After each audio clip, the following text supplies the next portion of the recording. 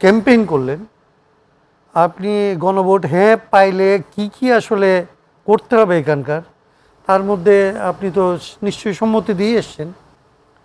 তো সেইভাবে এইটার গণভোটের একটা জায়গা ছিল যে আপনি নির্বাচিত হয়ে আসলে একই সাথে জাতীয় সংসদের সদস্য থাকবেন আপনি, অ্যাট দ্য সেম টাইম আপনি আরেকটা ক্ষমতা ভোগ করবেন, যেটা হচ্ছে কনস্টিটিউয়েন্ট অ্যাসেম্বলির মেম্বার হিসাবে আপনি, বা কনস্টিটিউয়েন্ট রিফর্ম অ্যাসেম্বলির মেম্বার হিসাবে আপনার কতগুলি দায়িত্ব পালন করতে হবে।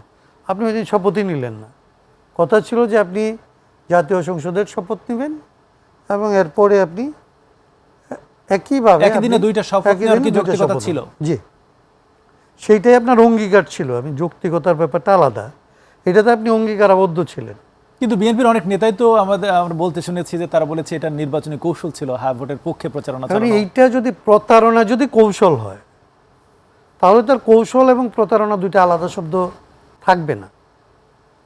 এইটা যদি একটা রাজনৈতিক দল বলে যে এইটা আমরা আসলে কৌশল হিসাবে এই প্রতারণাটা করেছি জাতির সাথে, তাহলে আসলে কোনো রাজনৈতিক আলাপের ব্যাপার না। এটা থেকে আসলে আমাকে উইথড্র করতে হবে, কারণ এরপরে আলাপটা চলবে না। কোনো রাজনৈতিক প্রতারণা কৌশলের অংশ হইতে পারে না, কোনোভাবেই হইতে পারে না। আমি উকালতি করি, আইনে একটা ব্যাপার আছে যে আপনার প্রতারণা সমস্ত কিছুকে শেষ করে ফেলে। আবার বয়ার্ড অফ ইনিশিও বলে যে আপনি ধরেন আপনি আপনার সাথে একটা এরকম চুক্তি করলাম, কিন্তু তখন তো কেউ রাজি হচ্ছিল না গণভোট ছাড়া নির্বাচন করতে। কেউ রাজি হচ্ছিল না মানে কি? বিএনপি তো সবচেয়ে বড় দল, সরি, তো বিএনপি তো এটা দেখছে যে আসলে গণভোটে গেলে, গণভোটে হ্যাঁ হইলে কি আসলে তার উপর দায়িত্ব হিসেবে আসে। কিন্তু তারা প্রথম ধরেন সংবিধান সনদ মানে সংবিধান সংস্কার বাস্তবায়ন আদেশটা হয়েছে 13ই নভেম্বর। সে আদেশের অনুকূলে ধরেন অধ্যাদেশ হয়েছে, গণভোট অধ্যাদেশ।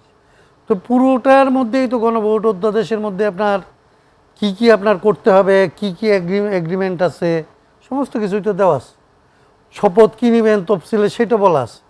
এটা তো বলতে পারেন না যে আপনি পড়েন। আপনার যদি মনে হয় যে না এই বিষয়ের সাথে আমি একমত না, তাহলে তো আপনি বলবেন যে আমি সংস্কারের নোট অফ ডিসেন্ট যদ্দূর পর্যন্ত দিছি তদ্দূর পর্যন্ত আসলে আমি একমত, এর বাকিটা আসলে আমরা মানব না, কারণ আমরা এটাতে একমত হইতে পারি নাই।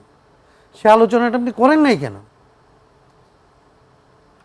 এটা তো বলতে পারেন না যে আমি এটা তো দেখি না বা আমি জানি না। কিন্তু বিএনপির পক্ষ থেকে তো বলা হয়েছে যে গণভোট তারা স্বাক্ষর করার পরে বেশ কিছু বিষয় এখানে যুক্ত করা হয়েছে যেটা অযৌক্তিক। আমি আপনাকে বলি, আমরা যদি ঐক্য কমিশনে ছিলাম, ধরেন ঐক্য কমিশনের আমার যেটা প্র্যাকটিস দেখছি, আমি জানি না কেবল এই বিষয়টা, ধরেন 3টা পার্টিকে ঐক্য কমিশনে, আমরা 32টা পার্টি ছিলাম, কিন্তু 3টা পার্টিকে ঐক্য কমিশন সবচেয়ে গুরুত্ব দিয়ে সমস্ত বিষয়ের ফয়সালা করতে চাইছে। শুধু ঐক্যমত কমিশন না, ডক্টর ইউনূস নিজে ডক্টর ইউনূস ঐক্যমত কমিশনের সভাপতি না, পার্সোনাল জায়গা থেকে তো 3টে দলকে ডেকেছে। তো সেই জায়গায় হচ্ছে বিএনপি, জামায়াতে ইসলামী, এনসিপি, বাকিরা আমরা প্রায় দুধবাদ ছিলাম। আমাদের জায়গা থেকে তো আমরা ধরেন কোনো ডিসপিউটে অ্যারাইজ করতে চাই না। আমরা শুধু চাইছি যে কোনোভাবে হচ্ছে একটা কমন মিনিমাম বের করে এটা বাস্তবায়নের দিকে যাক। আমরা আমাদের সংস্কার নিয়ে সবচেয়ে বেশি কাজ ছিল, আমরা কোনো প্রশ্নে নোট অফ ডিসেন্ট দেই নাই, কোনো একটা পয়েন্ট যোগ করতে বলি নাই, বাদ দিতে বলি নাই। কিন্তু আমি যেটার জন্য কথাটা বলতেছি যে যা কিছু আলোচনা হয়েছে তারপরেও যখন কোনো একটা জিনিস আইনে গেছে কিংবা কোনো একটা অধ্যাদেশে গেছে, এইটা একটা রেওয়াজ ছিল যে আপনি আমাদের বাইরে তারা অফলাইনে এদের সাথে কথা বলে নিছে।